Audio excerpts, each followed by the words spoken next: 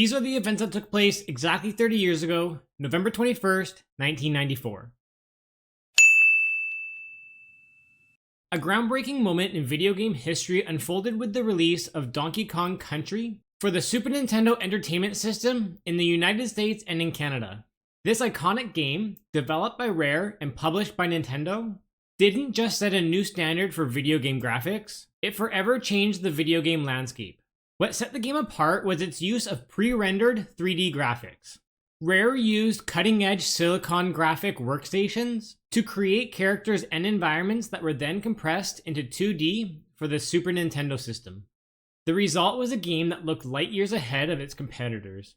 For players in 1994, seeing the lush jungles, snow-covered mountains, and sparkling underwater levels was an unforgettable experience. This leap came at a time when gaming was transitioning to 3D consoles like PlayStation and Sega Saturn. Donkey Kong Country proved that the aging Super Nintendo system could still deliver blockbuster experiences, silencing critics that thought the 16-bit era was over. The game played like a dream. Players took control of Donkey Kong and his sidekick, Diddy Kong, each with unique abilities. The tag team mechanic allowed for clever strategies, with Donkey Kong being stronger and being able to take out stronger enemies, while Diddy was faster and could leap farther.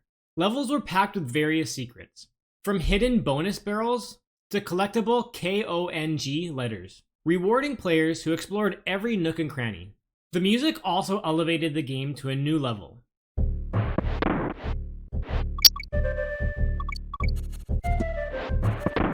Tracks weren't just background music, they were experiences in themselves, perfectly matching the atmosphere of each level.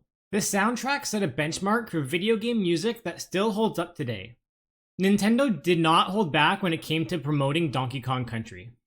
The game was unveiled in a bold move with a special Nintendo event on US television. Here we are today on our way to Redmond, Washington to take an exclusive insider's look at Nintendo's new revolutionary yet unreleased game, Donkey Kong Country. Where do they get a load of us? Viewers got a behind-the-scenes look at the development process behind the game.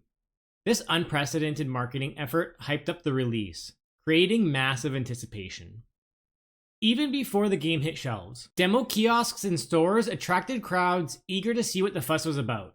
Donkey Kong Country was one of the most heavily promoted games of its time, and the buzz translated directly into sales. When it launched, the game sold over 9 million copies, becoming one of the best-selling Super Nintendo games of all time. It also helped revitalize the Donkey Kong franchise, which hadn't seen a major release since the arcade classics of the 1980s. The impact of Donkey Kong Country is still felt today. It spawned a series of successful sequels, each building on the foundation laid by the original. The game also influenced countless other platforms, proving that innovation and creativity could keep 2D gaming alive, even in the face of advancing technology. In 2010, Nintendo revived the series with Donkey Kong Country Returns for the Wii, proving that the magic of the original hadn't faded, ensuring that new generations of players can still experience its charm. That was November 21st, 1994. If you have memories playing Donkey Kong Country, share them in the comments below. Don't forget to subscribe for more fascinating history about each day 30 years ago.